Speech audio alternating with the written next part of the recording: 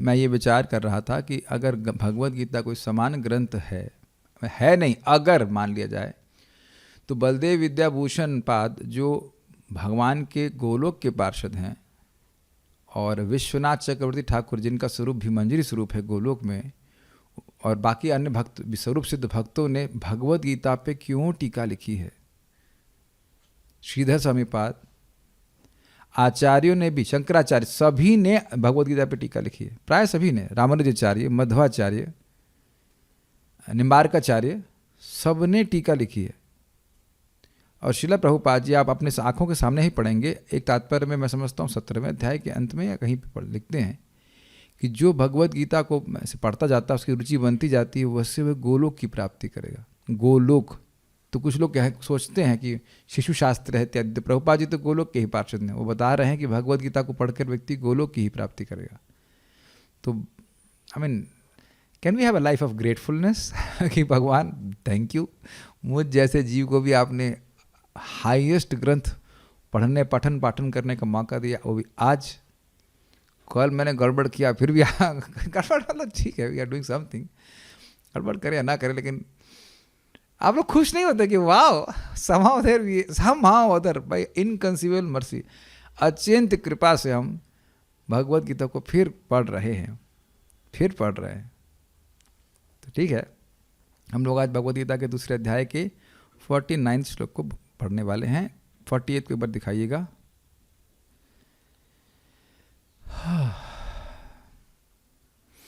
हमने 48 में क्या सुना था? कैसे कर्म करना चाहिए ये भगवान बता रहे हैं। योगस्थ कुरु कर्माणि संगम त्यक्त्वा धनंजय सिद्ध सिद्धयो समो भूत्वा समत्वम योग उच्यते।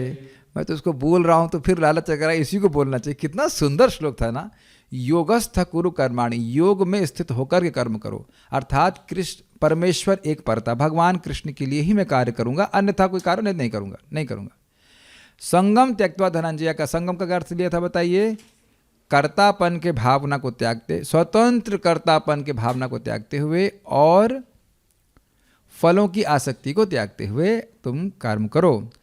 और इसमें सिद्ध सिद्धियों समभूत्वा, सिद्धि प्राप्त हो या असिद्धि प्राप्त हो, इस जगत में तुम जो कर्म कर रहे हो, मान लो क्षत्रिय का धर्म है तुम्हारा, तुम कर रहे हो, तुम हारो या जीतो उसमें बराबर रहो, क्योंकि समत्वम योग उचित, समत्व को ही योग कहा जाता है। तुम हारने के लिए या जीतने के लिए युद्ध नहीं कर रहे हो, तुम मुझे प्रसन्न करने के लिए युद्ध कर रहे हो। तो ये समता हुई ना, उसका रिजल्ट एक्सटर्नली कुछ भी आए, ऐसी समता रहेगी तो पक्का जीतोगे।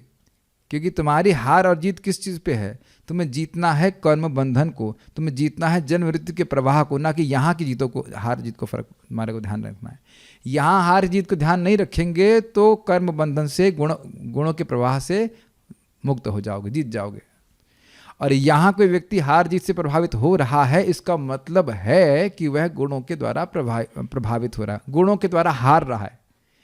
यहाँ की हार जीत से प्रभावित होने वाला व्यक्ति गुणों से हार रहा है, और यहाँ की हार जीत से अप्रभावित रहने वाला व्यक्ति गुणों को जीत रहा है। I think now it is very clear. अब 2.49 में भगवान बता रहे हैं कि किस प्रकार से काम्य कर्म अति निकृष्ट हैं। निकृष्ट मीन्स लो क्लास, और इस कारण से उनको त्यागना चाहिए और कर्मयोग ही करना चाहिए। ठीक है, मेरे पीछे बोली। बहुत अच्छा श्लोक है, बहुत अच्छा श्लोक है, प्लीज चैंट। दूरेण हि वरम कर्मा बुद्धि योगा धनंजय, दूरेण यवरम कर्म बुद्धि योगा धनंजय, बुद्धौ शरणमन्विच्छ कृपणा फल हेतव, बुद्धौ शरणमन्विच्छ कृपणः फल हेतवः, दूरेण हि वरम कर्मा बुद्धि योगा धनंजय, दूरेण यवरम कर्म बुद्धि योगा धनंजय, बुद्धौ शरणमन्विच्छ कृपणा फल हेतवः, बुद्धौ शरणमन्विच्छ कृपणः फल हेतवः, दूरेण हि वरम कर्मा बुद्धि योगा धनंजय, दूरेण यवरम कर्म बुद्धि योगा धनंजय, बुद्धौ शरणमन्विच्छ कृपणः फल हेतवः, बुद्धौ शरणमन्विच्छ कृपणः फल हेतवः, दूरेण हि वरम कर्मा बुद्धि योगा धनंजय, दूरेण यवरम कर्म बुद्धि योगा धनंजय, बुद्धौ शरणमन्विच्छ कृपणः फलहेतवः बुद्धौ शरणमन्विच्छ कृपणः फलहेतवः दूरेण यवरं कर्म बुद्धियोगा धनञ्जय दूरेण ह्यवरं कर्म बुद्धियोगा धनञ्जय बुद्धौ शरणमन्विच्छ कृपणः फलहेतवः बुद्धौ शरणमन्विच्छ कृपणः फलहेतवः। प्लीज चैंट इसको चार्ज करने के लैपटॉप। दूरेण ह्यवरं कर्म बुद्धियोगा धनञ्जय दूरेण ह्यवरं कर्म बुद्धियोगा धनञ्जय बुद्धौ शरणमन्विच्छ कृपणः फलहेतवः बुद्धौ शरणमन्विच्छ कृपणः फलहेतवः दूरेण ह्यवरं कर्म बुद्धियोगा धनञ्जय दूरेण ह्यवरं कर्म बुद्धियोगा धनञ्जय बुद्धौ शरणमन्विच्छ कृपणः फलहेतवः बुद्धौ शरणमन्विच्छ कृपणः फलहेतवः। बहुत अच्छा श्लोक है, एवर फ्रेश। हे धनंजय, भक्ति के द्वारा समस्त गर्हित कर्मों से दूर रहो और उसी भाव से भगवान की शरण करो। जो व्यक्ति अपने सकाम कर्म फलों को भोगना चाहते हैं वे कृपण हैं। अन्वय देखिए, धनंजय मतलब हे धनंजय, धन को लाने वाले, बुद्धि योगात कृष्ण भावनामृत के बल पर, अर्थात भगवान श्री कृष्ण की भक्ति करूंगा इसी से मुझे सिद्धि मिल जाएगी, मुझे और अब कोई कर्म करने की आवश्यकता नहीं है। इसके द्वारा अवरम कर्म, निकृष्ट काम्य कर्म, निकृष्ट मतलब लो क्लास, निम्न, निम्न कहा जाता है, निम्न। और काम्य कर्म का अर्थ होता है कि भौतिक कामना से प्रेरित होकर के जो कर्म किया जाता है उसे काम्य कर्म कहते हैं। मान लो किसी को बच्चा चाहिए तो वह कोई काम करता है, धन चाहिए तो वह कुछ काम करता है, स्त्री चाहिए, पद चाहिए, या और भी इस जगत की आसक्ति बात कर रहा हूँ, और आप स्वर्ग आदि की आसक्ति को भी इसमें जोड़ लीजिएगा। तो इस प्रकार की इच्छा को लेकर जब कोई कर्म किया जाता है उसे कहते हैं काम्य कर्म। तो ये क्या है? निकृष्ट है। क्यों निकृष्ट है? क्योंकि इससे जो प्राप्त होने वाले मतलब वस्तुएं हैं वही निकृष्ट हैं। Do you agree? और देखिए, काम वही कर रहा है, कोई यज्ञ कर रहा है, लेकिन वह उसको भोग की इच्छा से कर रहा है तो उसको निकृष्ट कहा जा रहा है। और वही यज्ञ जब भगवान को अर्पित किया जा रहा है तो उसको अच्छा कहा जा रहा है। आप जानते हो कि भगवान को भोग लगाया, प्रसाद ग्रहण किया, तो अब कितने यज्ञ का लाभ हो गया कुछ आप हिसाब नहीं लगा सकते हैं, बहुत लाभकारी है। लेकिन वही दाल चावल गप्प से खुद खा गए तो यह बहुत खराब बात हुई। कर्म चेंज करने के लिए नहीं चेंज बोला जा रहा है, ध्यान से सुनिएगा, कर्म चेंज करने के लिए नहीं बोल रहे हैं, काम ये कर्म नहीं करना है ये बोल रहे हैं। बहुत ज़्यादा इंपॉर्टेंट बात है। कभी हम सोचें कि वो निकृष्ट कर्म तो मतलब कोई गर्दन काट रहे, नहीं, गर्दन काटना मतलब किसी का मुर्गा वगैरह खाना यह तो बिल्कुल गलत है ही, लेकिन कुछ भौतिक इच्छा से धर्म करना भी काम्य कर्म है और उसको अवरम कर्म कहा जा रहा है। ये मत सोचिएगा कि बस अब 4 नियमों को भंग करना वही अवर कर्म है, वह तो खराब कर्म है ही, वो तो पाप है, लेकिन पुण्य करना भी गलत है। इन द सेंस कि उसको भोगने के लिए, फिर भोगने की इच्छा से पुण्य कर्म करना गड़बड़ है, क्योंकि जगत में अगर कोई देह मिला है तो दुख मिलेगा ही।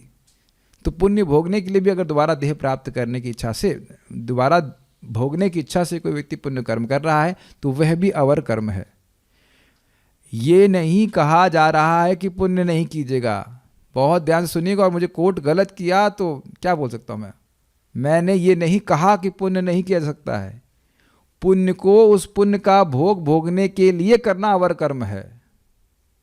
आप सहायता कीजिए, किसी को कपड़ा दे रहे हैं, किसी को आश्रय दे रहे हैं, वो उसमें कोई दिक्कत नहीं है, लेकिन क्या उद्देश्य होना चाहिए? भगवान प्रसन्न हो, ये उद्देश्य होना चाहिए, नहीं कि मैं इसको करूंगा तो मुझे आगे कुछ मिलेगा, आगे हमको और नहीं भोगना है, ये बहुत हो गया बहुत हो गया, मारो ब्रेक बहुत हो गया, बहुत पिट लिए, अब और नहीं पिटना है दोबारा, और सिर धारण नहीं करना है। इंद्र भी खुश नहीं है। आप लोग यस भी नहीं बोलते हैं, ये नो भी नहीं बोलते, लग रहा डाउट है, नहीं शायद इंद्र तो सुखी हो जाएगा। ये अवरम कर्म समझ में आ रहा है? ये निकृष्ट काम्य कर्म को कहा जा रहा है, वही यज्ञ वही सब कुछ है, लेकिन अगर कामना से किया जा रहा है तो अच्छी बात नहीं है। दूरेण ही अस्तु, तो यानी कि निकृष्ट काम कर्म दूर निश्चित ही हो जाएं। मतलब दूर का मतलब क्या है? उसके मतलब चित्त में भक्ति के अलावा, भक्ति वाले कर्म के अलावा और कोई कर्म करने की इच्छा ही नहीं आए। आप प्रैक्टिकल देखो, आज सुबह से क्या हुआ, उठे मंगल आरती जाना है, उसके बाद जप करना है, उसके बाद गुरु पूजा, उसके बाद अब क्लास गए, उसके बाद प्रसाद पाया, फिर क्लास। मौका कहाँ है काम में कर्म करने का? उसका थोड़ा जो रेस्ट करेंगे, कुछ पढ़ेंगे। प्रैक्टिकल देखिए कि जो वाकई मतलब वाकई सब कुछ छोड़ के भजन कर रहे हैं, नौकरी वोकरी नहीं करनी पड़ रही है, तो उनको तो कुछ काम करने का मतलब ही नहीं है, काम में कर्म करने का अवकाश ही नहीं है। और जो लोग मान लो नौकरी भी कर रहा है, तो इसीलिए अगर मान लो करे कि हमें भक्ति करनी है, तो वह भी काम में कर्म नहीं कर रहा है। देखिए, अच्छा एक से बात बताइए, कोई व्यक्ति वही यज्ञ कर रहा है स्वर्ग प्राप्त करने के लिए, तो काम में कर्म आप उसे कह रहे हैं, और वही यज्ञ जब कर रहा है आत्म साक्षात्कार प्राप्त करने के लिए, तो उसे आत्म साक्षात्कार का एक अंग मान रहे हैं। तो ऐसे ही नौकरी पे घटित नहीं होगा। कोई व्यक्ति नौकरी इसलिए कर रहा है ताकि वो भक्ति कर सके, कुछ धन तो चाहिए, तो वह नौकरी भी भक्ति का अंग हो जाता है। लेकिन अब बात यही है कि आप 12 घंटे नौकरी कर रहे हो भक्ति करने के लिए, तो ये बिल्कुल गलत बात है। 12 घंटे नौकरी करने की जरूरत नहीं है आपको भक्ति करने के लिए। प्रभुपाद जी बोले गृहस्थों को मैक्सिमम 8 घंटा काम करना चाहिए, मैक्सिमम है। 16 round is minimum and 8 hours of service is maximum. ऐसे सुनाई पड़ रहा है या वो उल्टा सुनाई पड़ रहा है? 16 is maximum and 8 is minimum. ये हाथ मलते रह जाएंगे। अन्य भक्तों को जो खूब धूमधाम से भजन कर रहे हैं उनको आगे बढ़ता हुआ देखेंगे, और हम कहेंगे अरे ये तो हमने फालतू में अपने मनुष्य जीवन कुछ पैसे के लिए बिता दिया, और खाना 2-4 रोटी ही है। कितना खा पाएगा शब्द का प्रभु? ये कितना खा पाया मैं? 2 रोटी के बाद तीसरी नहीं जा रही थी, थोड़ा राइस लिए खत्म। लेकिन आप प्रभु जी जानते हैं कि कितने शांति से प्रसाद पाते हैं लोग, शांति से प्रसाद पा रहे, 2-4 आइटम प्रसाद, एकदम शांति से प्रसाद पाओगे आप। Actually you can feel the peace descending. जैसे जैसे आप निष्काम भावना से भजन करते जाए, एकदम आप शांति का फवार महसूस करेंगे। और जितना व्यक्ति काम कर्म करेगा वो जलेगा ही। पहली बात आप जानते हैं, कामना आते ही व्यक्ति जलता है, इसलिए भी निकृष्ट है। मानते हैं आप? भौतिक भोगों की कामना आते ही व्यक्ति जलने लगता है, फिर उसके प्रयास में जलन और उसकी प्राप्ति में भी जलन। सब लोग समझ रहे हैं इस बात को? और आप देखो, मान लो आपकी इच्छा आ रही है कि भाई मेरे को भागवत में रुचि मिल जाए, तो इच्छा होने से सुख मिलता है, उसके प्रयास में भी सुख मिल रहा है कि नहीं? और मिलेगा तो फिर सुख की कहना ही क्या। तो अब अंतर कर लीजिए कि हमें भक्ति के लिए प्रयास करना चाहिए कि काम में कर्मों के लिए करना चाहिए। ठीक, तो दूर समझ में आ गया। एक अर्थ यहाँ पे बोल रहे हैं कि दूर रहो, मतलब तुम उससे, उन कर्मों से दूर रहो भक्ति योग में स्थित होकर के। और दूसरा अर्थ आप जो श्रीधर स्वामी ले रहे हैं कि अवरम, दूर, और अवर मतलब निकृष्ट, और दूर मतलब बहुत ज़्यादा निकृष्ट। एक हम लोग मतलब भक्ति का जो कर्म है वो है एवरेस्ट की चोटी पे पड़ा हुआ है, और ये कहाँ पड़ा हुआ? नीचे एवरेस्ट की खाई में पड़ा हुआ है। वही बात कह रहे हैं, लेकिन थोड़ा अलग तरह से कह रहे हैं। जो व्यक्ति एवरेस्ट के ऊंचाई पे है, अब वो खाई पे कैसे पहुंचेगा? खाई को तो टच ही नहीं करेगा ना। Can you appreciate this meaning? एक तो यह कि गंदा है, बहुत खराब है, दूर रखो उसको अपने से। और दूसरा क्या है कि ये जो निष्काम कर्म है ये अति उत्कृष्ट है, और ये अत्यंत निष्कृष्ट तो बहुत दूर पड़ा है, तो टच ही नहीं हो सकता ऐसे। वही बात है कि सकाम कर्म को टच मत करो, मतलब उसकी गंध भी उस तरह से, उसकी गंध लेकर के भी भजन नहीं होना चाहिए। सकाम कर्म की, सकाम इच्छा से कर्म नहीं करो, उसकी गंध भी नहीं आनी चाहिए, उस मोटिवेशन की गंध भी नहीं आनी चाहिए। ये अर्थ है, ठीक है? और अच्छा ऐसा हो जाए, अतएव उसके बाद बुद्धौ शरणम अन्विच्छ, ऐसी चेतना में आश्रय ग्रहण करो। Being situated in that consciousness, मैंने पहले भी समझाया है कि देखिए, जब हम सुबह उठते हैं तो हमारी एक चेतना होती है जिसका आश्रय लेकर हम कार्य करते हैं। सब लोग समझते हैं इस बातों को। मैं गृहिणी हूँ, अभी मुझे सब्जी बनानी है। मैं डॉक्टर हूँ, मुझे डॉक्टर के रूप में जाना है। क्या आप इस वाक्य को समझ पा रहे हैं? चेतना का आश्रय लेना। कोई उग्रवादी क्या सोच रहा है? आज मुझे बम फोड़ना है। क्यों? क्योंकि मैं उग्रवादी हूँ। उग्रवादी होकर के उग्र न करूं, उग्र ना हो, तो ये क्या है? असुर भी अपनी चेतना का आश्रय ले रहे हैं। आप मानते हैं कि हम सभी लोग अपनी चेतना का आश्रय ले रहे हैं? उस चेतना के अनुसार कार्य कर रहे हैं, तो कह रहे बुद्धौ शरणमन्विच्छ, मतलब ऐसी बुद्धियों का शरण लो, बुद्धियों के शरण लो। क्यों? तो कह रहे हैं फल हेतवः, फल की कामना करने वाले कृपण हैं। कृपण का अर्थ समझ लीजिए, यही समझ लीजिए, कृपण का मतलब धन है। गरीब को कृपण नहीं कहा जा रहा है, ध्यान दीजिएगा, गरीब को कृपण नहीं कहा जा रहा। कृपण कहा जा रहा है उस व्यक्ति को जिसके पास धन है लेकिन उसका उपयोग नहीं करता है। तो भाई कौन सा धन है हमारे पास? हमारे पास तो पैसा धन नहीं है। अब अगर ये कहा जाए कि हम सब लोगों के पास बराबर धन है, तो केशव सखा प्रभु मानेंगे? तुरंत कहेंगे नहीं, मेरे पास तो करोड़ रुपए भरे हुए नहीं। कि कौन लोग मानेंगे हमारे सामने उपस्थित लोग कि भगवान ने हमको बराबर से धन दिया है? ब्रह्मचारी प्रभु मान रहे हैं, धीरे धीरे वरुण प्रभु बोल रहे हैं, अनुराधा माता जी बोल रही हैं, बाकी लोग संदेह कर रहे हैं। ओके, जूम के ऊपर कितने लोग मानेंगे कि हम सब लोगों को बराबर धन दिया गया है? एक ही व्यक्ति, बाकी लोग कन्विंस ही नहीं है। चलो ठीक है, ये बताइए कि अब आपका 1 सेकंड चला गया, वो कितने रुपए में वापस आएगा? तो उत्तर क्या है? उत्तर है कितना भी पैसा खर्च कर लो नहीं वापस आ सकता। तो बराबर भगवान ने बराबर 24 घंटे दिए कि नहीं? किसी को 26 दिए हो तो बताना भाई। सबको 24 दिए हैं। और आप जानते हैं कि इस धन का मनुष्य रूपी इंसान का जो जन्म है, वो धन, वो समय अगर हम भगवान के श्रवण कीर्तन के रूप में बताते हैं तो कैसे वापस आता है? अनगिनत रूप से वापस आता है। आयुर्हरति वै पुंसाम उद्यनस्तंचयन्नसौ तस्य ऋते यच्छणो नीता उत्तम श्लोक वार्तया। तो इस धन से आप क्या खरीद सकते हैं? ये जो समय रूपी धन है उससे क्या खरीदेंगे? उत्तम श्लोक वार्ता, भगवान की वार्ता, भगवान का नाम जप इत्यादि। तो अब जो कृपण है व्यक्ति वो खरीदेगा नहीं, और ही अपने धन को हम कथा में लगाएंगे। ये मान रहा है कि मेरे पास ये धन है, धन है, धन है। जैसे इस जगत में बैंक में व्यक्ति पैसा जमा करता रहे, दान न दे, तो न वो अपने काम में आया न दूसरे काम में आया। अग्रीड? उसी प्रकार से कृपण व्यक्ति सोच रहा है कि ये मनुष्य जीवन का धन मेरे पास है, मतलब जीवन है, लेकिन जैसे वो व्यक्ति का धन मरते समय छीन लिया जाएगा, ना वो उसके काम आया ना किसी और के काम आया, उसी प्रकार से मनुष्य जीवन रूपी जो मौका दिया गया है धन के समान है, वह भी छीन लिया जाएगा, बहुत समय तक हमारे पास नहीं रहेगा। और देखिए विपरीत देखिए, अब वो 2.40 इस पर अप्लाई कर दीजिए, नेहा विक्रम नाशस्ती। अगर थोड़ा सा भी प्रयास किया है, थोड़ा सा भी इस मनुष्य जीवन रूपी धन को भगवान की सेवा में लगाया, तो फिर से धन दिया जाएगा। ये कि इसने काम अच्छा लिया है, चलो फिर से भगवान उसको धन देंगे, फिर से मनुष्य जीवन देंगे। थोड़ा किया है तो, और अगर पूरा लगा दिया जाए तो फिर तो कहना ही क्या। समझ रहे हैं? कृपण हमको बहुत अच्छा लगता है। और बारंबार जब हम कृपण की बात करते हैं तो आपको जानते हैं कि हम कौन सी कहानी सुनाएंगे। एक व्यक्ति था सच्ची घटना, वो इतने कंजूस थे, उनके बेटों ने बोला कि भाई पिताजी बैंक से कुछ पैसा निकाल लीजिए, हम लोग बीज खरीदेंगे और अभी धान बोने का मौका आ गया है। तो कहते हैं बैंक का पैसा निकाल करके हम कीचड़ में डालेंगे क्योंकि धान का बीज कीचड़ में डाला जाता है, लेकिन उस बेवकूफ़ को नहीं पता चल रहा है कि एक एक बीज से कितना कितना बीज निकलेगा। देखिए, जैसे कई बार बोला गया है कि अब आपके पास धन है तो वैष्णवों के मुख में बो दो। इसका क्या मतलब है? भगवान के भक्तों को आपने कुछ प्रसाद खिलाया है तो वह है वो अनगिनत होकर के वापस आता है।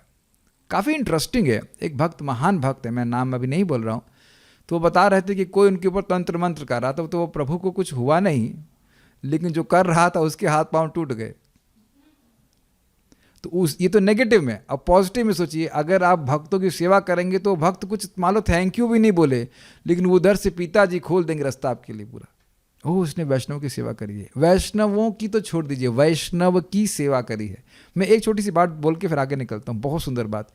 नृग महाराज के बारे में हम जानते हैं, खूब काम कर्म कर रहे थे, फंस गए थे, बन गए थे क्या छिपकली, लेकिन उन्हें एक बहुत बड़ा कार्य कर दिया था। दान करते करते उनके राज्य में एक वैष्णव आया, उसने कहा मुझे श्रीमद् भगवद गीता और भागवतम को रखने के लिए एक मंदिर बनवाना है, उसकी सहायता कीजिए। तो उसने बनवा दिया और उन्होंने उसको आशीर्वाद दिया कि तुम्हें भगवान का दर्शन प्राप्त होगा। तो उस एक वैष्णव के आशीर्वाद से उसे भगवान का दर्शन प्राप्त हुआ था। ये चक्रवर्ती पाद टीका में बताते हैं, उसी अध्याय में, दशम स्कंद। क्या एक साइड पॉइंट है, लेकिन हम खाली बोल रहे हैं कि कृपण व्यक्ति को नहीं होना चाहिए। अपने धन को देना चाहिए, और देना किसको चाहिए? भगवान को देना चाहिए, उनके भक्तों को देना चाहिए। उसमें कोई अंतर नहीं है। जैसे यहाँ पे आप टैक्स देते हैं गवर्नमेंट के ऑफिसर को, तो गवर्नमेंट के पास पहुँच जाता है कि नहीं? वही बात है। दूरेण ही अवरम कर्मा, निश्चित ही दूर रहो। एक अर्थ ले लीजिए, अवरम कर्मों से। अवरम मतलब निकृष्ट, अवरम निकृष्ट, और कर्म मतलब कर्म। तो यानी अवरम कर्म का क्या अर्थ लिया हम समझ रहे हैं हम लोग, काम्य कर्म, सकाम भाव से किए जाने वाले कर्मों से दूर रहो। कैसे रहूं दूर, कुछ ना कुछ काम तो करना है। तो बुद्धि योगा, बुद्धि योग के द्वारा। धनंजय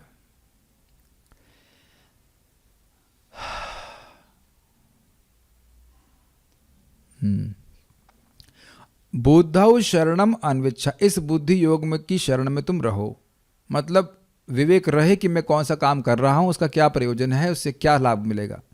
फाइन, आप यहां कुछ सोच करके आए हैं ना, इतना तो आपको भी पता है और मुझे भी पता है कि भगवत गीता के पठन पाठन से एक तो बड़ा प्रत्यक्ष लाभ है कि भगवान श्री कृष्ण श्रीमती राधा रानी के साथ उस स्थान पर रहते हैं जहाँ गीता भागवत का प्रवचन होता है, पठन पाठन होता है प्रामाणिक रूप से। भगवान इससे बहुत प्रसन्न होते हैं। जो व्यक्ति इस प्रकार से अध्ययन करता है वह ज्ञान यज्ञ के द्वारा भगवान की उपासना करता है। ये सब बातें सुना ही होगा। और सुनने वाला, समझने वाला नहीं, सुनने वाला भी और पुण्य प्राप्त करके उच्चतर लोगों को प्राप्त करता है। तो कुछ दिमाग लगा करके आए ना गीता में, ऐसे आ गए बताइए, कुछ आवाज हो रही है चलते वहां पे, तो आप अपनी बुद्धि की शरण नहीं ले रहे हैं। तो यू एग्री विद दैट? भाई चक्कू है आपके पास तो चक्कू को भोग तो ना लेते हैं, उसका उपयोग करते हैं, सब्जी काटेंगे, भगवान को भोग लगाएंगे। So we take shelter of our intelligence. अब कितनी सुंदर बात है कि भगवान सामने हैं फिर भी कह रहे हैं कि बुद्धि योग की तुम शरण लो। यह क्यों? विवेक दे रहे हैं गुरु की तरह, क्योंकि भगवान हमारी क्या अल्प स्वाधीनता में हस्तक्षेप नहीं करना चाहते हैं, इसलिए विवेक दे रहे हैं। ये बार बार आप देख पा रहे हो, he is not forcing anything on Arjun. और इसीलिए बाद में अंत में भगवान बोलते भी हैं, तुम्हारी यथा इच्छा से तथा करो। क्वाइट इंटरेस्टिंग ना, ज्ञान कितना सुंदर दे रहे हैं, लेकिन आसक्त नहीं है कि स्वीकार करेंगे। Very nice. बारंबार सुनिए कि जिसका खुद का विवेक जागृत नहीं है उसको ब्रह्मा जी भी आके ज्ञान देंगे तो फायदा नहीं होने वाला है। तो इसलिए विवेक स्वयं का जागृत करना है कि भगवत गीता में भगवान क्या बोल रहे हैं। तो क्या बोल रहे हैं? बुद्धि योग का शरण लो, भगवान की भक्ति में नियोजित रहो। भगवान मतलब वही भगवान। तो क्यों कह रहे हैं कृपणः फल हेतव? जो कृपण व्यक्ति है वह फल के हेतु बनते हैं, वह भोग के लिए कर्म करते हैं और फिर क्या मिलता है? भोग मिल जाते हैं और उसके संग उसको भोगने वाला शरीर भी प्राप्त हो जाता है, मुक्त नहीं हो पाता है। श्रीधरी, काम्य कर्म तो अत्यंत निकृष्ट हैं, इसको श्लोक से कह रहे हैं। काम कर तो का मतलब क्या हुआ? पिछले श्लोक में क्या कहा गया? योगस्थ कुरु कर्माणि संगम त्यक्त्वा धनंजय सिद्ध सिद्ध्यो समो भूत्वा समत्वम योग उच्यते। तो इसके द्वारा निष्काम कर्म की महिमा बताई गई और व्यतिरेक, इस अन्वय में कहा, डायरेक्ट बोल रहे हैं, और व्यतिरेक में कह रहे हैं कि निकाम्य कर्म तो बहुत खराब है। तो इस श्लोक में वो बात कह रहे हैं। व्यवसायत्मक बुद्धि से किया गया कर्म योग बुद्धि योग कहलाता है। अब उसको बुद्धि योग समझिए या भक्ति योग समझिए, उसमें कोई दिक्कत नहीं है। भक्ति के द्वारा ही मैं तर जाऊंगा, यही व्यवसायत्मक बुद्धि का वर्णन किया गया था। निश्चयात्मक बुद्धि, क्या निश्चय किया भाई? भक्ति करके ही मैं तर जाऊंगा और मुझे तरना है। ये दो बातें हैं। हो सकता हो कि ये विश्वास हो कि तर जाऊंगा लेकिन तरना है नहीं, इसलिए बाद में करूंगा, या अभी नहीं तरना है, अभी कुछ जन्म लेके तरूंगा, अभी तो थोड़ा अच्छा लग रहा है जगत में तैरना मेरे को, है कि नहीं? Do you agree? Mix devotee means या थोड़ा तैरना भी चाहता है और भक्ति भी करना चाहता है, और शुद्ध भक्त मतलब अब वो तरना चाहता है, तैरना नहीं चाहता है इस जगत में। ठीक है? तो व्यवसायत्मक बुद्धि से किया गया कर्मयोग बुद्धि योग कहलाता है। दूसरा अर्थ देखिए क्या ले रहे हैं, अथवा कर्मयोग बुद्धि का साधन है, अर्थात इसके द्वारा बुद्धि प्राप्त हो जाती। इसका क्या अर्थ है? ये भी समझाया गया था।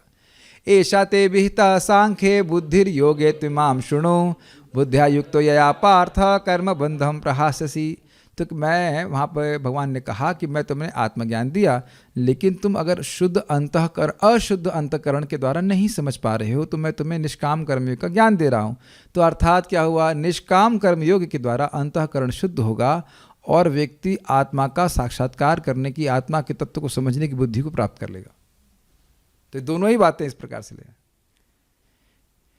इस बुद्धि, मैं बहुत तेज जा रहा हूँ, आप लोग कैच कर रहे हैं? आप मैं समझ रहा हूँ कि प्रखर होने वाले हैं आप लोगों का। आज्ञा चक्र से प्रकाश मुझे प्रस्तुत होता हुआ दिख रहा है, आपकी इंट्यूशन पावर बढ़ गई है। इस बुद्धि योग की तुलना में अन्य काम कर्म दूरेण अवरम, अर्थात अत्यंत अपकृष्ट है, निकृष्ट है। अवरम का मतलब निकृष्ट, और दूर का मतलब अब उसकी कहना ही क्या, वो तो उसकी तो बात ही बहुत दूर है, ऐसा कहा जाता है हिंदी में। देखिए, निकृष्ट का अर्थ समझ पा रहे हैं आप? लो क्लास, क्षुल्ल सुख कहा जाता है। और अगर हिंदी का, और काश आप लोग हिंदी से समझ रहे होते मेरी, क्या वाकई आप लोग ये मेरी हिंदी समझ पा रहे हैं? Is it understandable? क्षुल्ल, यूजलेस। इस जगत पे भी आप देख लीजिए ना, खाने पीने सोने के जो सुख हैं वो कैसे क्षणिक से होते हैं, ऐसे होकर गायब हो जाते हैं फिर, है ना?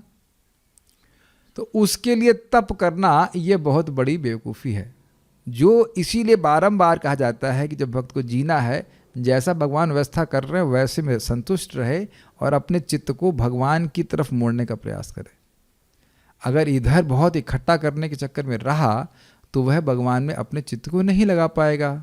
बहुत बोल रहा हूँ, ये नहीं कह रहा हूँ कि कुछ भी नहीं रखिए।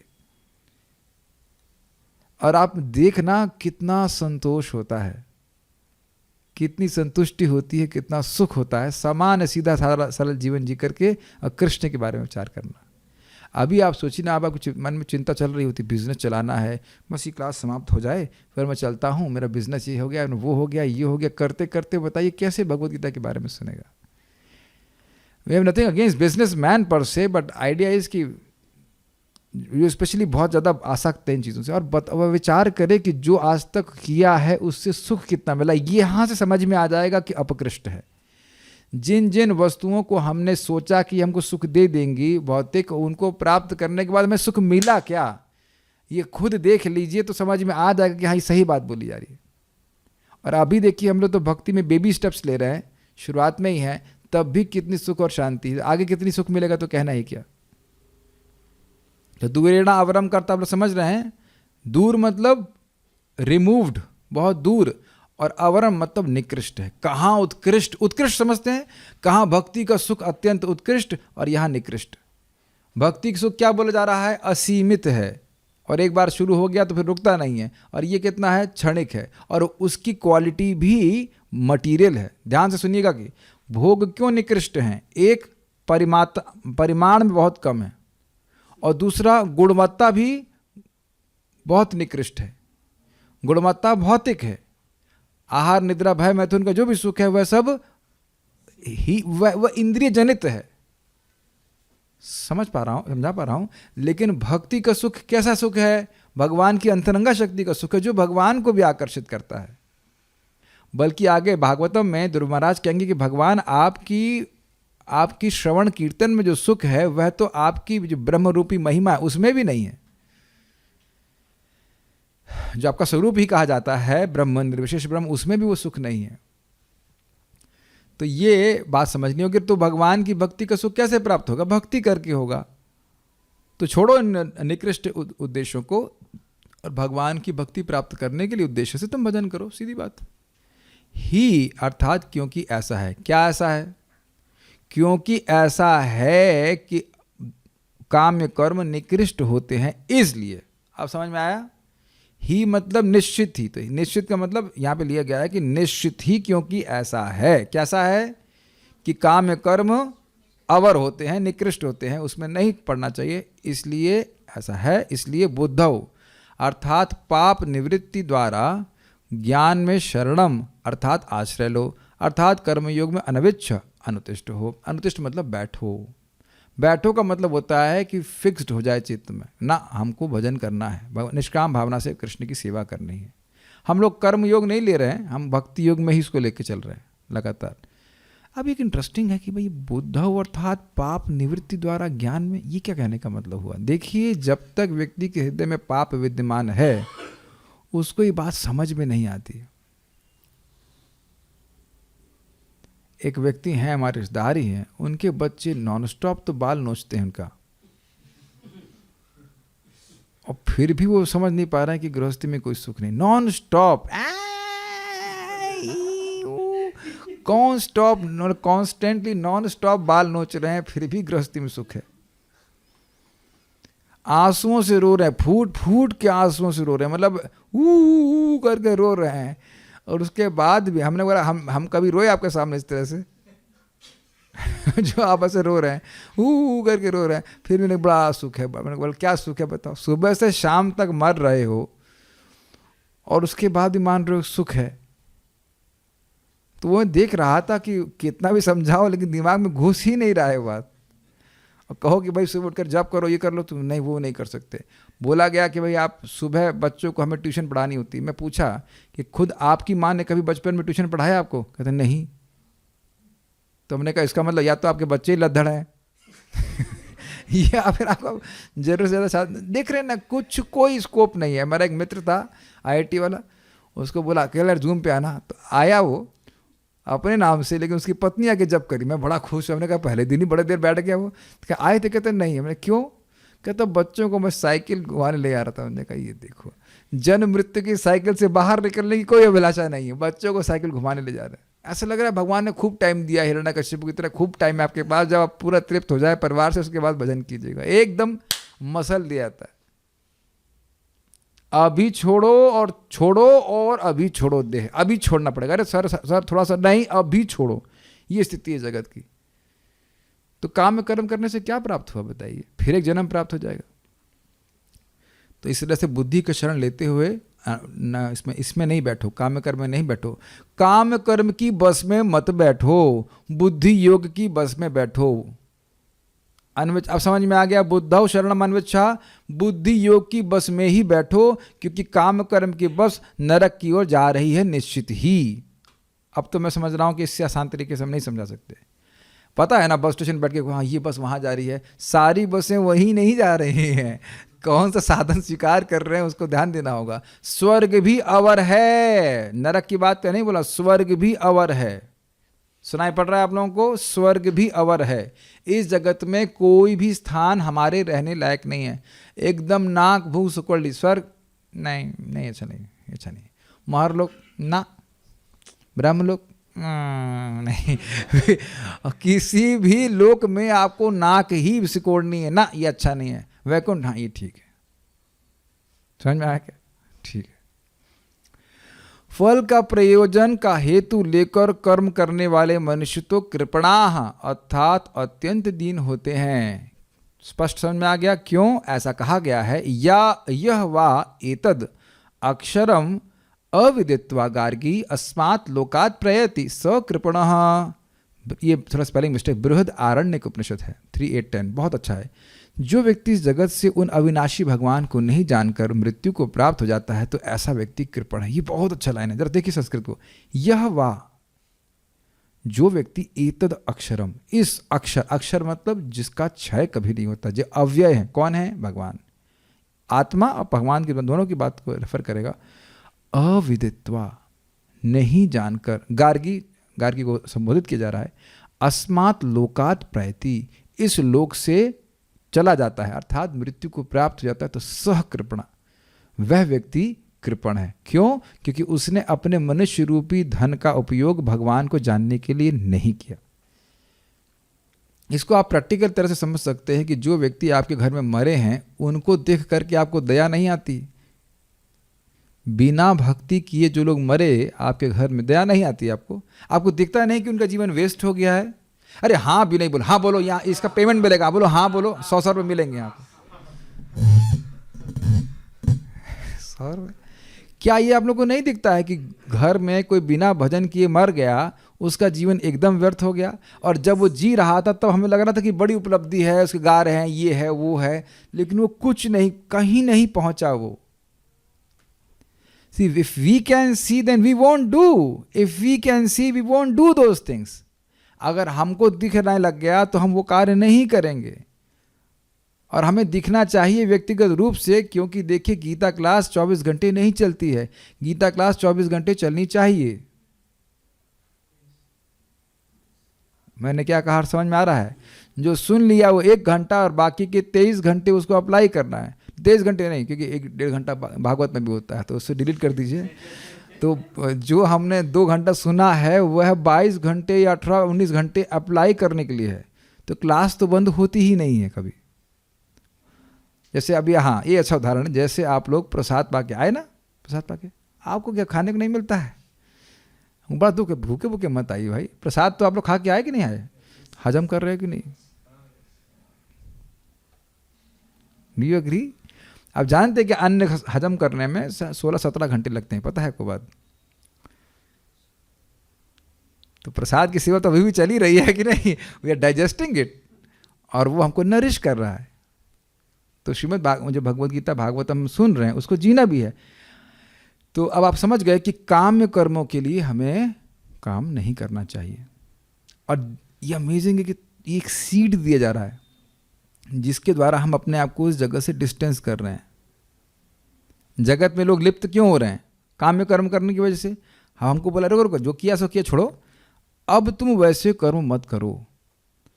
तो it's a beginning of an end to our bondage to karma. सब लोग कैच कर पा रहे हैं? हमारे कर्म बंधन के समाप्ति की शुरुआत है। जैसे कुछ गलत खाकर हम बीमार पड़ जाते हैं तो वैद्य बोलता नहीं अभी तुम ऐसा नहीं खाओ, तो उसी दिन से हमारा इलाज होना शुरू हो जाता है। सब लोग कैच कर रहे हैं इस बात को? ठीक है। और फिर जब हम ऐसा करने लगते हैं तो निष्काम भावना से ही कर्म करने का मन करता है।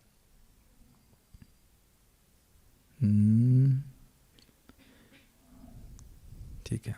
गीता भूषण टीका। यह श्लोक काम्य कर्मों की निम्नता को दर्शाता है। स्पष्ट है, काम्य कर्म जो जन्म मृत्यु का कारण बनते हैं वे निष्काम कर्म यानी बुद्धि योग से कहीं अधिक निम्नतर हैं, दूरेण अवरम। अब ने और स्पष्ट किया कि क्यों निकृष्ट हैं, क्योंकि व्यक्ति को दोबारा जन्म लेना पड़ता है। अच्छा समझ लीजिए, कोई काम करके अगर कोई जेल उम्र कैद प्राप्त करे तो काम बहुत अच्छा है। अब तो बहुत स्पष्ट हो गया या और कुछ समझाना पड़ेगा? कोई कहे कि वो आपके चाचा जी कहाँ, उन्हें उम्र कैद हो गई तो अब आप समझ रहे हैं कि उम्र कैद हो गई है, तो अब पानी के बम्बे लगवाने के लिए उम्र कैद नहीं हुई होती है। समझ रहे हैं बात?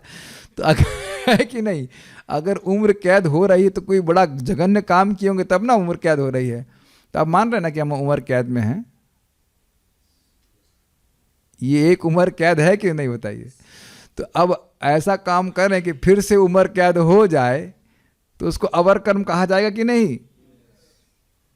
और ऐसा कुछ कार्य किया जाए कि हम अब उम्र कैद से बाहर मुक्त होकर के भगवान के पास चले जाएं तो अच्छा काम किया जाएगा। ये बात बोली जा रही। निष्काम कर्म आत्मा के वास्तविक स्वरूप को समझने की बुद्धि देता है, इसलिए क्या है, इसीलिए उत्कृष्ट है। ये बात समझने का प्रयास कीजिए कि लोग समझ नहीं पा रहे हैं कि वो आत्मा है, और वो अपने आप भी ऐसे काम कर रहे हैं जिससे वो और ना समझ पाए कि वो आत्मा है। ये भी दिख रहा है आपको? उसी कर्म में प्रवृत्त हो रहे हैं बारंबार जो उनको भुला देगा कि वो आत्मा है।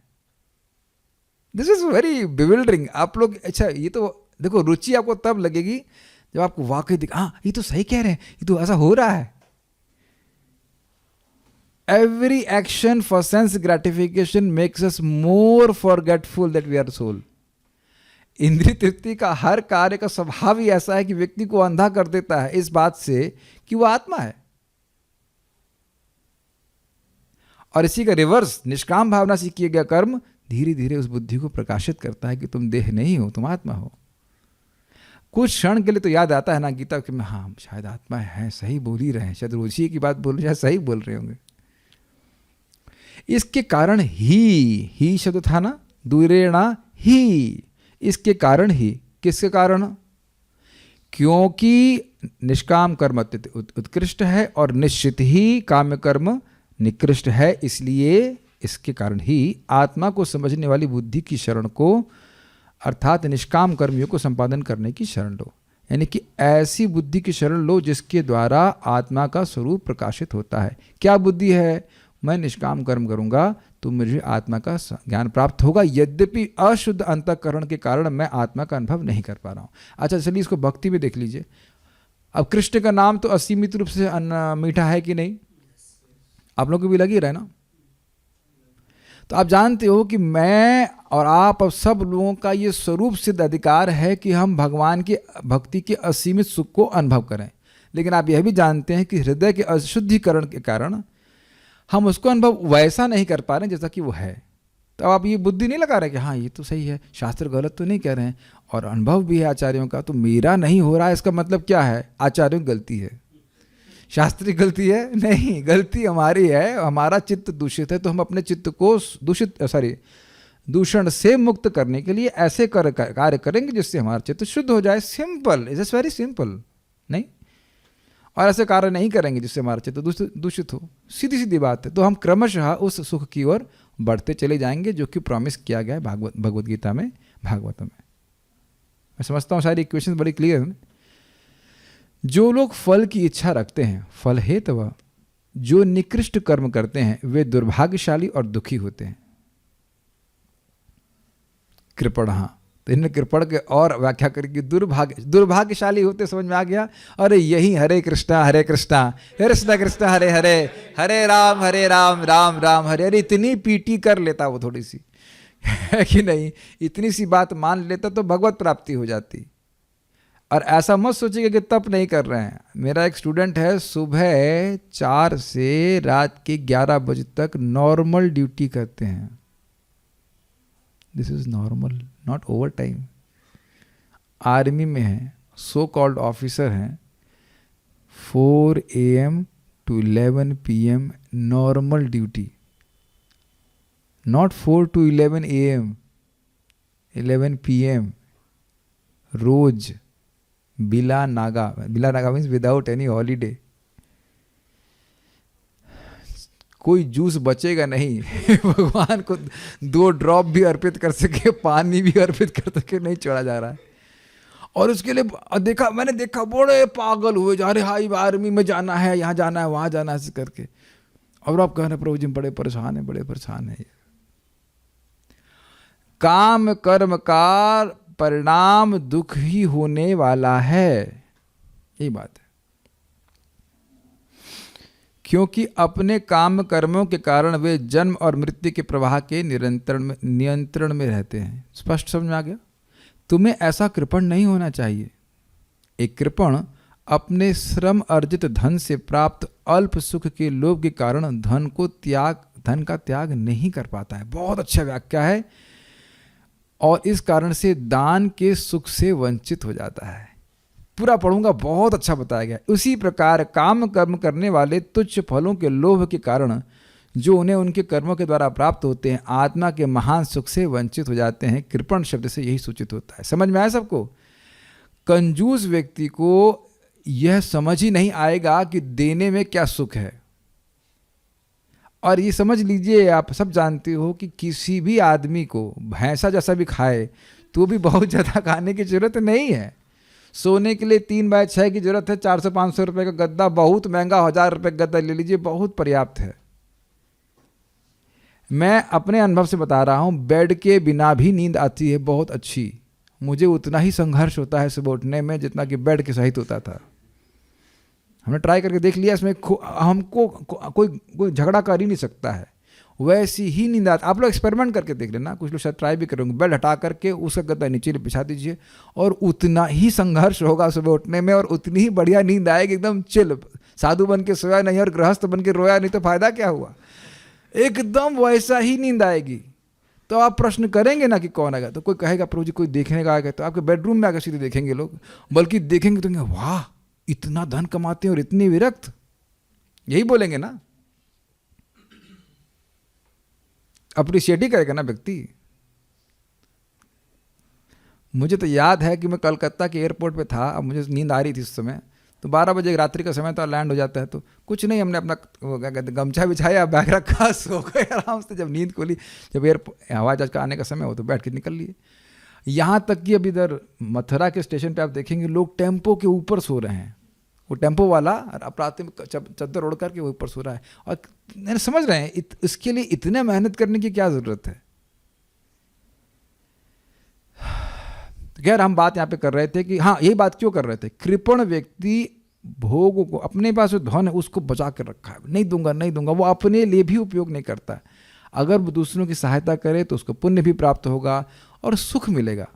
पता नहीं आप लोगों को कभी अनुभव है कि नहीं, कुछ मान लो प्रसाद बनाया है, चाहे 10-20 लोग खिलाया हो, बड़ा अच्छा लगता है। आपने महसूस किया है ऐसा कभी? अगर किसी के पास धन हो, उसने धन दिया हो या खुद बनाया हो, 40-50 लोग भक्त लोग घर में कभी आए, हाउस प्रोग्राम वगैरह होता है, हम लोग सर के घर पे तो करते ही थे, हर शनिवार को लोग आते थे, बड़ा सुख मिलता है, बहुत अच्छा लगता है। You can't explain it. वो खाली खुद खाने का सुख है ना, वो नहीं होता है। Make sense to you? तो वो सुख तो उसको मिलेगा नहीं। तो जो उत्कृष्ट सुख है दूसरों को खिलाने का, वो मिलेगा नहीं। वो खाली बस अपने निकृष्ट थोड़ा जो सुख कि मेरे पास इतने नंबर्स हैं। ये भी नहीं कहा जा सकता कि उसके पास धन है, क्योंकि उसका उपयोग नहीं कर पा रहा है। और इसको मैं फिर वही उदाहरण दूंगा कि मान लो कोई व्यक्ति बहुत धनी है, कि मान लो केशव सखा प्रभु मान रहे हैं कि हाँ चलो अभी भी केशव सखा प्रभु मान रहे हैं कि मेरे पास इतना पैसा है, जो मैं ना डिक्लेयर नहीं करूंगा, टैक्स वाले अटैक कर सकते हैं, लेकिन जितना भी धन आपके पास है, मान लो आपके पास 10 रुपये है, 20 रुपये है, 100 रुपये, जो कुछ भी, मुझे पता है कि इससे अधिक ही है। और अब मैं भी कहूँ, मैं आपके धन के बारे में सोचूं कि भाई ये मेरा धन है, और प्रभु जी भी सोचें, हम खाली मजाक कर रहे हैं, प्लीज़ आप कंजूस नहीं, मैं खाली बोल रहा हूँ कि मान लो आप उस धन को बैंक से ना निकालो ठीक है, बड़ा इंटरेस्टिंग है। जब बैंक से नहीं निकाल रहे हैं तो ये सोच रहे कि वो मेरा धन है और मैं सोच रहा हूँ कि मेरा धन है, तो दोनों में अंतर क्या रहा? दोनों के ही तो काम में नहीं आया। ये है कंजूस होने का नुकसान। मैं आपको कंजूस नहीं कह रहा हूँ प्रभु जी, आप बहुत उदार हैं, डोनेशन देते ही रहते हैं। मैं एग्जाम्पल दे रहा हूँ कि पैसे का अनुपयोग करने की बात बोल रहा हूँ, ठीक? तो देने का सुख, देखिए आप स्वयं मान लो गीता पढ़ेंगे, उतना सुख नहीं मिलता, लेकिन आप जब दूसरों को बताते हैं कितना अच्छा लगता है, इज इट नॉट? हमेशा देखेंगे कि दूसरों को देने में वो चीज़ बढ़ जाती। दूसरों को दुख देंगे, हमारा दुख बढ़ जाएगा। दूसरों को सुख देंगे, ज्ञान देंगे, धन देंगे, किसी भी तरह से, तो अपना फायदा होता है। तो वो अपने ही फायदे से वंचित रह गया। जो दूसरों को देने का सुख था वो कौन अनुभव करता बताओ? वो कृपण ही करता, वो नहीं कर पाया। उसी प्रकार से काम कर्म के लोभ के कारण, लोभ को कंपेयर किया जाता है कि मुझे कुछ पैसा मिल जाए, बच्चे मिल जाए, पत्नी मिल जाए, छोटे छोटे चीज़ें मिल जाए, तो उसके द्वारा वह आत्मा का जो महान सुख है उससे वंचित रह जाता है, इसलिए उसे कृपण कह रहे हैं। Got it? ठीक है। तात्पर्य, जो व्यक्ति भगवान के दास रूप में अपने स्वरूप को समझ लेता है, वह कृष्ण भावनामृत में स्थित रहने के अतिरिक्त सारे कर्मों को छोड़ देता है। जीव के लिए ऐसी भक्ति कर्म का सही मार्ग है। दूरेणा ही अवरम कर्मा, तो उसी बात को प्रभात कह रहे हैं कि कर्मों को वह दूर से ही त्याग देता, उससे हमारा कोई मतलब नहीं है। आप लोग अपने चित्त को देख रहे होंगे कि भगवान की भक्ति का अभ्यास करने से ये वाकई होने लगा है। अब आज न्यूज़पेपर, मैं तो बोल रहा हूँ तो याद आ रहा होगा न्यूज़पेपर की, ये न्यूज़पेपर नाम भी याद नहीं आया होगा। और इस समय कौन सबसे सुंदर हीरोइन है या हीरो है उसका कुछ भी मतलब नहीं, जबकि आप लोग की उम्र से 70-75 तो हो ही गई है अब तो, है ना कि नहीं? सब तो यंग लोग ही हैं। आप ही लोगों की उम्र के, बल्कि बूढ़े लोग भी सब देखते रहते हैं पिक्चर गलत तो नहीं कह रहा हूँ। आप प्रैक्टिकल देखो कि वो चित्त में भी नहीं आ रहा है। और ऐसा भी नहीं हो रहा कि आप ऐसा सोच रहे हैं देखो हम कितने विरक्त हैं कि हमने पिक्चर त्याग दी। It just so natural to you. ये बोलना कि वो अपने आप डी प्रोग्रामिंग हो जाती है। केवल कृपण ही अपने सकाम कर्मों का फल भोगना चाहते हैं, किंतु इससे वे भवबंधन में और अधिक फंसते जाते हैं। ये सारा इक्वेशन आप समझ गए। उसको भोगने के लिए दोबारा जन्म लेना पड़ेगा। कृष्ण भावनामृत के अतिरिक्त जितने भी कर्म संपन्न किए जाते हैं वे गर्हित हैं, क्योंकि इससे कर्ता जन्म मृत्यु के चक्र में लगातार फंसा रहता है। तो फिर प्रश्न बनेगा, तो क्या प्रभु जी नौकरी नहीं करें या कोई बिजनेस नहीं कर सकते? तो देखिए, पहले विचार करना होगा कि नौकरी हो चाहे बिजनेस हो, वो सारा कुछ कहाँ से आ रहा है? भगवान कृष्ण से आ रहा है। तो जो भी धन आ रहा है उसका उपयोग भगवान की सेवा में ही होना चाहिए। परिवार के सब लोग भक्ति करें तो उनके पालन पोषण में जो धन जा रहा है वही भगवान की भक्ति है। वो भी साधु लोग हैं, भक्त हैं। ये चीज़ है, ये आइडियल है। अब उससे जो कुछ भी है उससे नीचे ही है। मान लो पत्नी है, अब पति भक्त नहीं है, तो स्वाभाविक सी बात है कि सारे धन का उपयोग वह नहीं करेगा भगवान की भक्ति में। तो आप अपनी तरफ से जितना आपके पास धन है भगवान की सेवा में लगाइए। बच्चे को अगर आइसक्रीम भी खिलाई है जो भगवान को अर्पित नहीं है, तो वो कर्म बंधन का काम बनेगी। ये नहीं बोल सकते कि हम अपने बच्चे के लिए कर रहे हैं। कुछ सुनाई पड़ रहा है? और लोग कई बार बोलते हैं हमारे बच्चे मानते नहीं है, अब समोसा बाहर खा लेते। तो तुम क्या कर रही हो? तुम क्यों नहीं समोसा बनाना सीख रही हो? यू आर नॉट, आप उनको फैसिलिटी दो ना बच्चों को, खाने जो खाने की इच्छा आप घर में बनाइए बढ़िया से, और प्रसाद भगवान को भोग ला के फिर खिलाइए। प्रसाद जब केवल एक बार खाया है तो मनुष्य जीवन मिलेगा। आप समझिए रोज खाएगा तो कहाँ पहुँच जाएगा? ये तो हमारा आलस है। और देखिए मैं इस पर और डांट लगाना चाहता हूँ, स्पेशली आजकल माताएं अपने बच्चों को स्मार्टफोन पकड़ा देती हैं ताकि वो डिस्टर्ब नहीं करे। वो बच्चा डिस्टर्ब हो जाए से मतलब नहीं है, लेकिन मैया डिस्टर्ब नहीं होनी चाहिए। तो फिर क्यों जन्म दिया बताइए बच्चों को? वो आत्मा हवा में ही घूमती रहती तो बेहतर था कम से कम।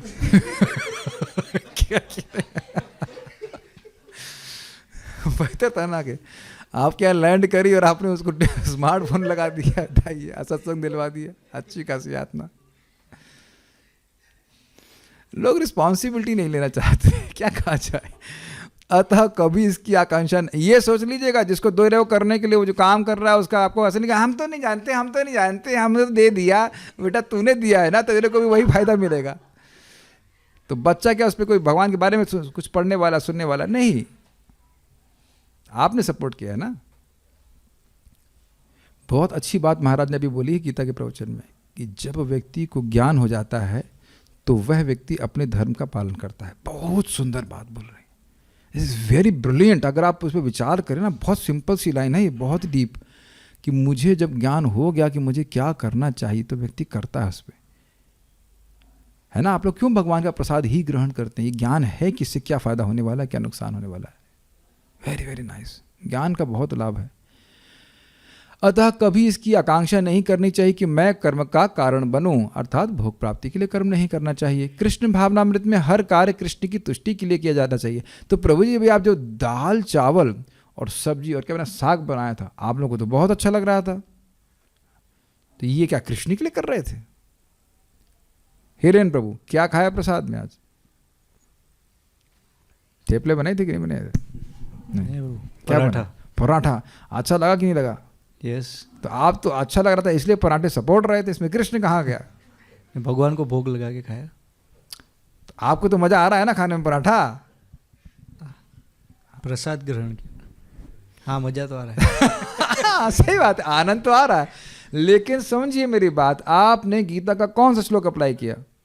यज्ञ शिष्टा। यस, आप भगवान श्री कृष्ण को भोग लगा के प्रसाद ग्रहण कर रहे हैं, तो कृष्ण भी खुश और आप भी खुश, तो वहां कोई कर्म बंधन नहीं लगेगा। ये बात है। We are following Krishna instruction, Krishna is very happy. एक बात समझ लीजिएगा। अच्छा, ये आपने देखा है कि आपकी कोई एक बात भी मान ले तो आप खुश हो जाते हो? देखा है कि कोई एक बात मान ले, भाई इधर बैठ जाओ, तो उसी में खुश हो जाते हैं कि हाँ ये। तो अब भगवान की आप बात मान रहे हैं कि भगवान को भोग लगे प्रसाद ग्रहण करना, भगवान इतना आशीर्वाद देते हैं कि बहुत आशीर्वाद देते हैं, बहुत ज़्यादा आशीर्वाद देते हैं। केवल प्रसाद का इतने महिमा है। और बाकी अब जप करने बैठिए या वैष्णव की सेवा करने लग जाएगी तो वो कहना क्या। तो कृष्ण की तुष्टि के लिए ही किया जा रहा है।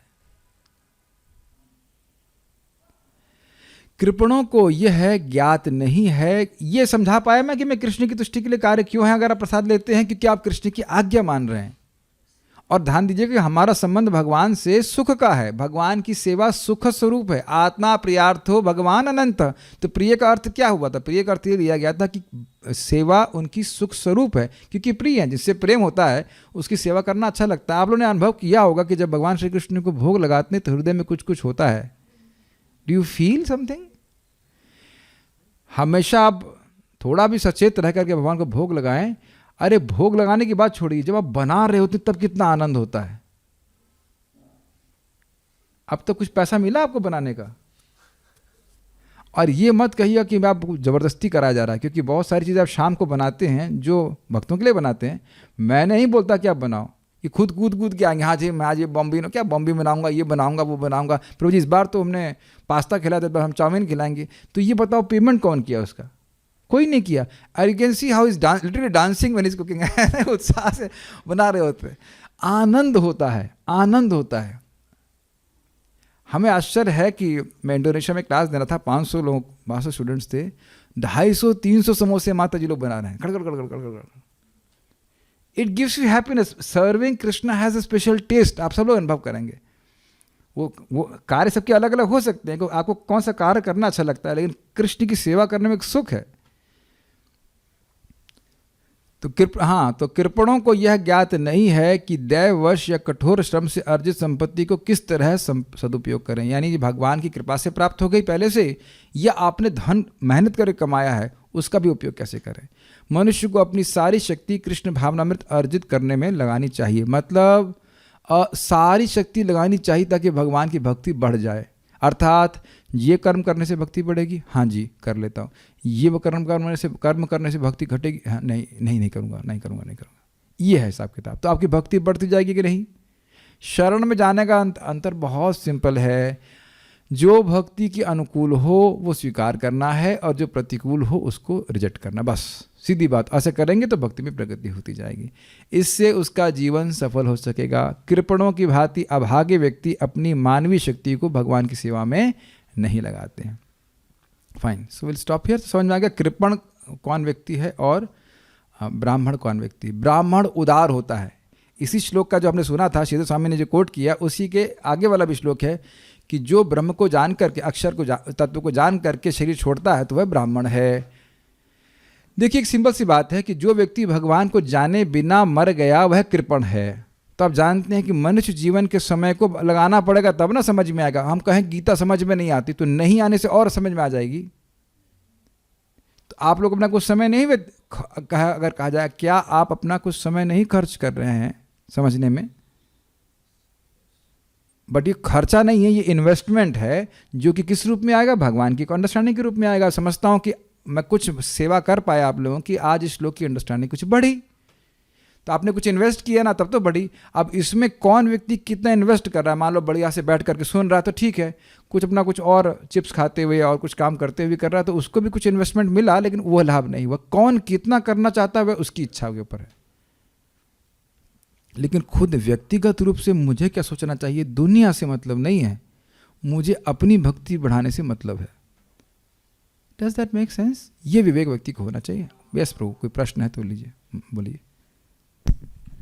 हरे कृष्ण जी, खाली कॉन्सेप्ट करने के लिए पूछ रहा हूँ जी. जैसे सकाम कर्म को यहाँ पे गृहीत या निष्कृत बताया गया है, लेकिन वेदों में या प्रभुपाद जी के तात्पर्य में कहा है कि अगर हम दान देते हैं, नॉर्मल को देंगे 1 गुना आएगा, ब्राह्मण को देंगे 100 गुना 1000 गुना आएगा, तो वो ग्रहित कैसे हो गया. मतलब भक्ति, डायरेक्ट भक्ति तो नहीं है, लेकिन क्रमश उसका इम्प्रूवमेंट हो रहा है. वहाँ तो ये कहा गया कि क्रमशः इम्प्रूवमेंट के लिए कहा गया है. देखिए जब सकाम कर्म की बात आई तो आप जानते हैं कि सकाम कर्म को करने के लिए वेदों ने क्यों बोला,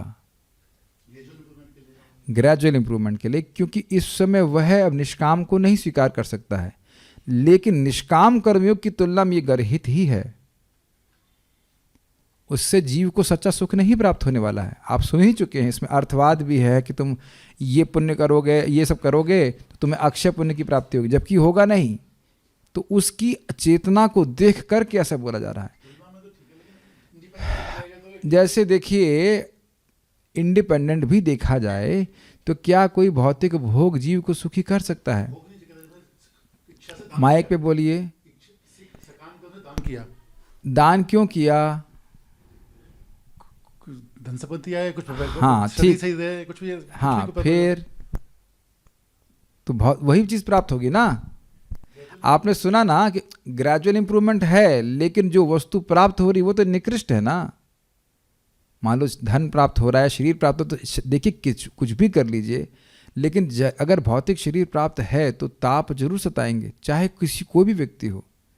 तो बुद्धि योग के द्वारा व्यक्ति को समझना होगा कि वे भगवान की भक्ति करके भगवान के पास वापस जाए. ये बात है, वही आत्मा का सुख है. नहीं तो भगवान आगे एकदम स्पष्ट बोलेंगे ना, ये ही संस्पर्श जा भोगा दुख यो नय एवते. इंद्रियों के विषय से संपर्क ही दुख का स्रोत है. अब वो क्योंकि चाहता है तो इसलिए रेगुलेटेड वे में बताया जा रहा है, लेकिन इसका अर्थ यह नहीं कि वो अपने आप में भी सही है. वो सही नहीं है अपने आप में, एक फैसिलिटी जरूर दी जा रही है, लेकिन इसका मतलब ये नहीं कि वो सही है, क्योंकि वो करेगा ही इसलिए नियम में बांधा जा रहा था. कि एक सीधी बात बताओ, आत्मा के लिए शादी की क्या जरूरत है, आप बताइए. आप ही बताएंगे, उत्तर दीजिए. आप उत्तर दीजिए. आप कोई व्यक्ति की जरूरत है शरीर, और शरीर को मेंटेन करने के लिए शादी की जरूरत है. हम शादी नहीं किए तो हमारा शरीर मेंटेन नहीं हो रहा है और बाकी जितने सन्यासी हैं वो सब मरे जा रहे हैं। उनका दूसरी फैसिलिटी में मंदिर ने सपोर्ट, मतलब मंदिर की तरफ से है, मंदिर की तरफ से सपोर्ट है। सबको तो नहीं मिलेगा ना फैसिलिटी। एक बॉडी बिल्डर था 1999 में, बॉडी बिल्डिंग में करता, तो वो भी शादी नहीं किया। आप घुमा रहे हैं बात को। हमने बस सीधे बोला कि आत्मा को शादी की जरूरत है। क्या उत्तर है? क्या आत्मा, ये आत्मा की शादी, लेकिन कभी कार्ड में देखें दिस आत्मा वेड्स दिस आत्मा, तो उत्तर क्या है? उत्तर है कि नहीं जरूरत है। लेकिन अब वो आत्मा इस तरह बेचारी प्रोग्राम्ड है, उसको कुछ, एक व्यक्ति हमको आए, हमको लोनली लग रहा है ठीक है, तुमको लोनली लग रहा है, बेटा तुम अकेले ही हो, शादी हो या नहीं हो, तुम्हारे आसपास कितने लोग भी हैं, तुम अकेले ही हो। जब बुखार होता है तो अकेले ही भोगते हो, खाना खाते हो तो भी अकेले ही भोगते हो कल एक इल्यूजन है कि हम साथ में, हमारे घर कोई साथ में नहीं है। तो उसकी चेतना को देख करके बोला जा रहा है कि भाई ठीक है, तुम अभी 25 साल इसमें रह सकते हो। ये उसका एक पारमार्थिक लाभ नहीं बोला जा रहा है। आप सुन ही चुके, पारमार्थिक लाभ हो रहा है, ऐहिक लाभ इस जगत में कुछ थोड़ा बहुत लाभ हो रहा है। तो पारमार्थिक दृष्टि से तो कुछ भी नहीं। एक तरफ चीज़ अनंत है, उसकी तरफ इधर कुछ भी सुख मानेंगे तो क्या है? यूजलेस है कि नहीं? ठीक है, लेकिन अब वो उधर नहीं सोच पा रहा तो ठीक है, कुछ तो करे, वो वाली बात है, लेकिन उसके लिए लाभकारी हो ऐसा नहीं कहा। बल्कि तो आचार्यों ने क्या बोला? कर्म कांड ज्ञान कांड केवल विषय भांड। सुना नहीं है आपने? केवल जहर के कारण। और उधर देखिए भागवत में क्या बोला? धर्म अप्रोज तकैट बोतरा। ये तो केवल चीटिंग है। मोक्ष भी चीटिंग है, मोक्ष भी चीटिंग है। चीटिंग क्यों? देखो एक सीधी सी बात, चीटिंग क्यों? मैं कहूं कि ये 50 रुपये की चीज़ है, वो है 2 कौड़ी की चीज़, तो आप 50 रुपये पेमेंट करते हो, बाद में ये क्या है? तो खोखा है, कुछ नहीं मिला इसमें, तो आप चीटिंग कहेगा जाएगा नहीं। तो जीव को इस तरह से प्रेरित करना इन वाक्यों के द्वारा कि देखो तुमको बड़ा सुख मिलेगा, ये मिलेगा, और क्या मिलेगा? उसे खोखा मिलेगा। क्या श्लोक हम सुन चुके हैं? परिभ्रमण तत्र न विंदते अर्थान। क्यों भूल जाते हैं इसको? परिभ्रमण का अर्थ क्या लिया था? खूब घूम लिया इस ग्रह से उधर से, इस डाली से उस डाली में, लेकिन इस मंकी को समझ में नहीं आया कि भाई परिभ्रमण तत्र न विंदते अर्थान। मैं बारंबार बोलता हूँ, उसको हजम करने का प्रयास कीजिए। हम वस्तु में देखते हैं और पागले हो जाते हैं कि वस्तु प्राप्त नहीं होगी तो हम सुखी नहीं होंगे, और जब वो प्राप्त हो जाती है तो आप देखेंगे उधर ध्यान भी नहीं जाता। कई बार तो पड़ी रहती 6-6 महीने अलमारी के अंदर, और याद भी नहीं रहता कि वस्तु हमने खरीदी थी कि भी नहीं खरीदी। तो जो चीज़ यहाँ घटित हो रही है वही चीज़ स्वर्ग में भी होगी, समझने का प्रयास कीजिए। आप कभी सोचे ना कि इंद्र को इस जगत में आकर किसी स्त्री के प्रति आकर्षित होने की क्या जरूरत है जब उसके पास उर्वशी है? ये कभी सोचे नहीं? A person never become satisfied. अरे ये देखिएगा, मैं चलिए ज़्यादा नहीं बोलना चाहता, बस ये पॉइंट है कि every species of life is sad after sense gratification. Sense gratification only brings misery. तो ये भगवान हम बता रहे हैं बार बार। इसको हम कहीं भी लेफ्ट राइट कुछ भी कर लीजिए, उसको हम काट नहीं सकते। ठीक है, तो भोग आत्मा के बिल्कुल, अरे जब शरीर की ही जरूरत नहीं है तो भोग की क्या जरूरत है? अन्य भोग की तो बात छोड़ दीजिए, ये शरीर दिया ही गया है दुख देने के लिए। तो इसलिए कोई भी कार्य, कोई भी इच्छा जो हमको दोबारा शरीर ग्रहण कराए वो हमारे लिए निकृष्ट है, खराब ही है। शायद आप लोग उसमें हाँ नहीं भर रहे होंगे, लेकिन हम नहीं, बेस्ट वेस्ट की बात नहीं कह रहे हैं। काम ये कर्म खराब हैं, आप भगवान के बाप बनेंगे, लिखा है ना, खराब हैं मतलब खराब हैं। ज़्यादा घुमाई फिराई मत। देखिए अपनी सिद्धांत मत लगाइए। आपके तो नहीं कह सकते, आप हमारी कोई आसक्ति है तो उसको जस्टिफाई मत कीजिए। खराब हैं तो खराब हैं, जब हम इसको यहाँ बैठे हो तो नहीं बोलेंगे हाँ ये वो, नहीं। फिलोसफिकली सिद्धांत मतलब खराब हैं तो खराब हैं। उसको ये लीपा पोती मत करिए। भगवान बोल रहे हैं दूरे ना, इसीलिए बोल रहे ही डाउट मत रखो, ही अवरम कर्मा। क्योंकि डाउट लग रहा है ना, थोड़े तो अच्छे लग रहे हैं, थोड़े तो बुरे नहीं है। Make sense? इसीलिए भगवान बड़ा सोच के बोल रहे हैं ही, क्योंकि इस्कॉन डिवोटी भी शायद ही को डिलीट कर देंगे, ही को नहीं, ऑलमोस्ट। अभी बस हो गया, बाद में पूछ लीजिए। ठीक है, और कोई प्रश्न आप नहीं? भक्तों का पूछ लेते हैं यहाँ पे क्या है। यस, एक भक्त बोल रहे हैं कि भगवान के विग्रह की जब वो सेवा करते हैं, उनको ड्रेसिंग पहनाते हैं, तो खुद ड्रेस पहनने की, बहुत सुंदर सुंदर ड्रेस पहनने की इच्छा चली जाती है। और आप ये, अच्छा ये बताइए, सुंदर कपड़ा पहनने की इच्छा क्या ये दुख है या नहीं? बताइए। मैं अपने जीवन में देखता हूँ, मुझे तो वैसे बहुत रुचि कभी नहीं थी, लेकिन कपड़ा आके खरीदना एक बहुत बड़ा हेडेक था। भगवान ने इसे तो मुक्त कर दिया। जूता खरीदना बहुत बड़ा हेडेक था, मानते हैं आप? और पता है क्यों? Because we wanted to look different from others. Do you agree? अब क्या है, even if you don't look different from others, we are already different from everyone else. Do you agree with that? भले ही हम कपड़ा बहुत simple पहन रहे हैं, लेकिन लोग समझ जाएंगे ये आदमी तो बिल्कुल अलग लग रहा है, ये व्यक्ति बिल्कुल अलग है, और अलग हैं भी हम। कितने लोग ऐसा अनुभव कर रहे हैं कि हम अलग दिखने की भावना से मुक्त हो गए हैं? 1 2 3 4 5। Oh very good, very good, good. Simple simple dress, it's a big liberation, नहीं? Big liberation. Okay, will now chant.